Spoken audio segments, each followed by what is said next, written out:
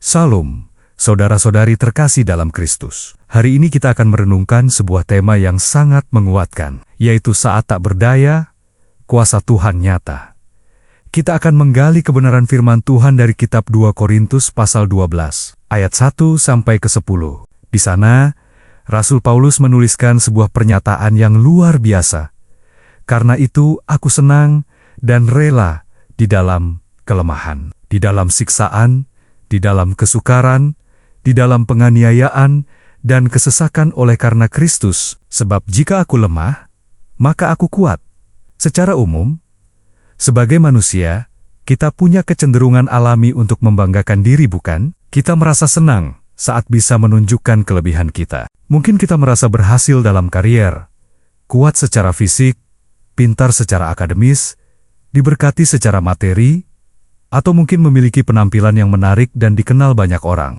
Kita suka bermegah atas pencapaian-pencapaian itu. Namun, disinilah letak bahayanya. Rasa bangga diri ini, jika tidak hati-hati, bisa membuat kita merasa tidak lagi membutuhkan Tuhan. Kita perlu waspada terhadap sikap seperti ini. Tuhan sendiri pernah menegur jemaat di Laodikia dengan keras. Dalam Wahyu pasal 3 ayat 17, Tuhan berkata, "Karena engkau berkata, Aku kaya dan aku telah memperkayakan diriku dan aku tidak kekurangan apa-apa. Dan karena engkau tidak tahu bahwa engkau melarat dan malang, miskin, buta dan telanjang." Jemaat Laodikia merasa sudah punya segalanya. Mereka merasa mandiri dan kuat, tetapi di mata Tuhan, keadaan rohani mereka justru sangat menyedihkan. Mereka buta terhadap kebutuhan mereka yang sesungguhnya akan Tuhan. Inilah mengapa kita perlu belajar dari teladan Rasul Paulus. Paulus adalah seorang yang luar biasa. Ia punya banyak sekali alasan untuk menyombongkan diri. Ia adalah seorang cendekiawan Yahudi yang brilian, murid dari Gamaliel. Ia juga seorang pemberita Injil yang dipakai Tuhan secara dahsyat, melakukan banyak mujizat, dan mendirikan banyak jemaat.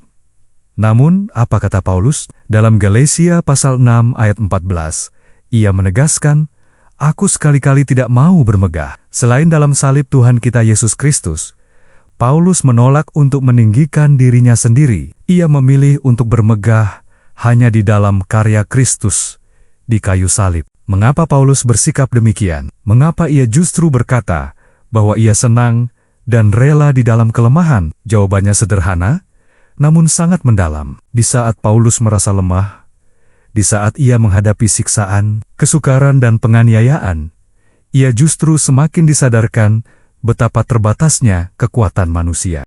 Kelemahan itu mendorongnya untuk terus-menerus bersandar pada Tuhan.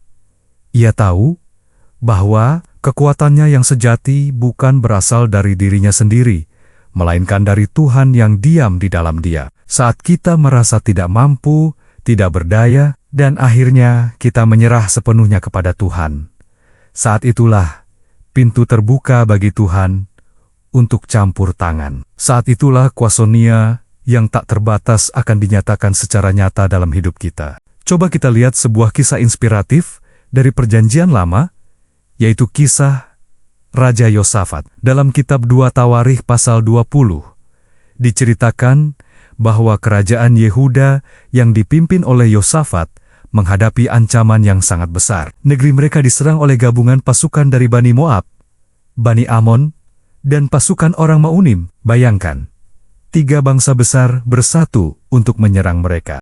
Secara manusia, posisi Yosafat dan rakyatnya benar-benar terjepit. Mereka kalah jumlah, kalah persenjataan. Mereka sama sekali tidak berdaya. Apa yang dilakukan Yosafat dalam situasi genting itu? Apakah ia panik dan mencoba strategi perang yang rumit? Tidak. Alkitab mencatat, Yosafat mengambil keputusan untuk mencari Tuhan. Ia menyerukan kepada seluruh Yehuda supaya berpuasa. Langkah pertama Yosafat dalam ketidakberdayaannya adalah mencari wajah Tuhan. Ia memimpin bangsanya untuk merendahkan diri, berpuasa, dan berdoa bersama-sama. Mereka mengakui kelemahan mereka dan berseru memohon pertolongan Tuhan. Dan Tuhan mendengar seruan mereka. Tuhan melawat umatnya. Melalui seorang nabi bernama Yahaziel, Tuhan menyampaikan pesan yang luar biasa. Janganlah kamu takut dan terkejut, sebab bukan kamu yang akan berperang, melainkan Allah. Tuhan bahkan menegaskan, dalam peperangan ini, tidak usah kamu bertempur. Apa yang harus mereka lakukan? Sesuatu yang sangat tidak lazim dalam strategi perang. Tuhan memerintahkan mereka untuk menempatkan para penyanyi di barisan depan pasukan, untuk menaikkan nyanyian pujian bagi Tuhan. Bisakah kita membayangkannya? Di hadapan musuh yang siap menerkam, mereka justru menyanyi. Dan apa yang terjadi? Firman Tuhan berkata, ketika mereka mulai bersorak-sorai dan menyanyikan nyanyian pujian, dibuat Tuhanlah penghadangan terhadap Bani Amon dan Moab dan orang-orang dari pegunungan Sir. Saat pujian dinaikkan, kuasa Tuhan turun dengan dahsyat. Tuhan sendiri yang berperang bagi mereka. Musuh-musuh mereka menjadi kacau dan saling membunuh. Tanpa satupun prajurit Yehuda perlu mengangkat senjata. Yosafat dan rakyatnya mengalami kemenangan yang gemilang. Sebuah kemenangan yang murni karena campur tangan Tuhan. Saudara-saudaraku, kisah Yosafat ini bukanlah dongeng. Ini adalah bukti nyata bahwa di puncak ketidakberdayaan kita, di sanalah kuasa Tuhan paling nyata bekerja. Mungkin saat ini Anda sedang merasa seperti Yosafat. Mungkin Anda sedang menghadapi masalah keuangan yang pelik, penyakit yang tak kunjung sembuh, konflik keluarga yang rumit, atau tekanan pekerjaan yang begitu berat. Anda merasa terjepit, lelah, dan tidak tahu harus berbuat apa lagi. Anda merasa lemah dan tak berdaya. Jika itu yang Anda rasakan, jangan putus asa. Justru inilah momennya. Inilah saatnya untuk Anda berhenti mengandalkan kekuatan dan pengertian Anda sendiri. Inilah saatnya untuk datang kepada Tuhan dengan segenap kerendahan hati, seperti yang dilakukan Yosafat. Akui di hadapan Dia bahwa Anda tidak mampu, dan serahkanlah peperangan Anda ke dalam tangannya. Percayalah kepada Tuhan. Ia selalu punya cara yang ajaib untuk menolong kita.